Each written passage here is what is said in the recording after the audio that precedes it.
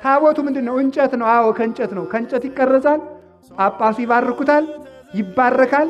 የኢየሱስ ክርስቶስ ስም ይጻፍበታል። የክርስቶስ ሥጋና ደም ይቀርብበታል። እንቆርብበታለን። ክርስቶስ በታቦቱ ላይ ይገለጣል። ለምን? የማርያም ታቦት፣ የገብርኤል ታቦት፣ የቂርቆስ ታቦት፣ የጊዮርጊስ ታቦት፣ የአቡነ ሰላማ ታቦት ለምን ትላላችሁ? እንግዲህ የእግዚአብሔር ታቦት ብቻ አትሉ? እንግዲህ ለምን የማቴዎስ ወንጌል፣ የማርቆስ ወንጌል፣ የሉቃስ ወንጌል ትላል? የኢየሱስ ወንጌል አትልም? ዝም ብለህ ለምንድን ነው? ወንጌሉ የክርስቶስ ሲሆን ቅዱሳን እንዲጠሩበት ግን ፈቅዶላቸዋል። ጻድቃንሰ ይበርው ምስቤተ እደ። ተመልከቱ፣ በመንግሥት አቡሆሙ ዘበሰማያት። ጻድቃን በአባታቸው መንግሥት 7 እጅ ያበራሉ። ቤተ ክርስቲያን የእግዚአብሔር መንግሥት ናት። ታቦት የክርስቶስ የመንግሥቱ መገለጫ ነው። በታቦቱ ላይ ስማቸው ይጻፋል። ስማ ምንድን ነው ያለ እሱ ራሱ? እንዲሁ እኮ ሰው እኮ ጅል ነው በእውነቱ ማለት ነው። ምን ብሏል ጌታ ራሱ ማለት ነው? አርዲቱን ሂዱ እስቲ ያስተምራችሁ ነው ብሎ ሲልካቸው አጋንንት ገረሩ ለነበስምከ እያሉ አጋንንት እኮ ተገዙልን ጌታ፣ አጋንንትን እኮ አንቀጠቀጥናቸው እያሉ ደስ እያላቸው መጡ።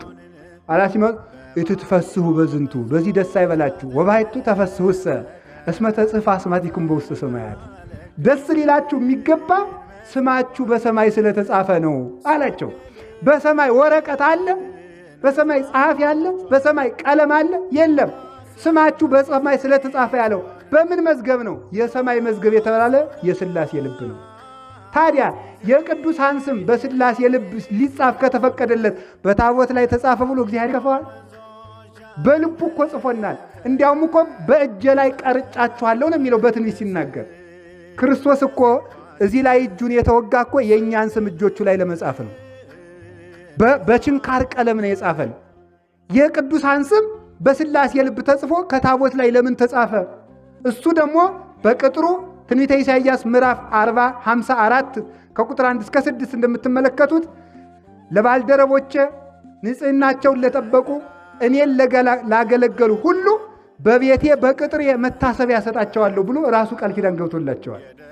ስለዚህ ከተመረጡት ጋር ቃል ኪዳን አግብቶ ስማቸው እንዲታሰብ በታቦት እንዲቀረጽላቸው በቤቴ በቅጥሬ በቤተ መቅደስ ስማቸው እንዲታሰብ አድርጓል። እምናመልክ እግዚአብሔርን በቅዱሳን ስም ይጠራል። ቅዱሳንን ያከበረ እግዚአብሔር በቅዱሳን በተሰየመ በዓል ላይ ሲከብር ይውላል። በአንድ ቤተ ክርስቲያን እናምናለን የምንለው ለዚህ ነው። በቅድስት ድንግል ማርያም ስም ታቦት ይቀረጻል፣ በሚካኤል ይቀረጻል፣ በገብርኤል ይቀረጻል። የሚቆረሰው ሥጋ ግን የመድኃኔዓለም ነው። የምንቀበለው ደም የክርስቶስ ነው። የሚካኤልን፣ የገብርኤልን፣ የቂርቆስን የእነዚህን አካል ቆረብን አንልም። የምንቆርበው ክርስቶስን ነው። የምናመልከው ክርስቶስን ነው። በእነሱ ስም ግን እሱን እንቀበላለን። ዘኪያክሙ ተወክፈ ኪያየ ተወክፈ፣ እናንተን የተቀበለ እኔን ተቀበለ ብሏልና ቅዱሳንን ስናከብር እንደሚገባቸው ቅዱሳንን ስናከብር እሱን እናከብራለን። ያከበራቸውን አምላክ እናከብራለን። መንክር እግዚአብሔር በላይ ለቅዱሳኒሁ፣ እግዚአብሔር በቅዱሳኑ ላይ ድንቅ ነው። አምላከ እስራኤል ይሁብ ኃይለ ወጽና ለሕዝቡ፣ የእስራኤል አምላክ ቅዱስ እግዚአብሔር ለሕዝቡ ኃይልን ጽናትን ይሰጣል።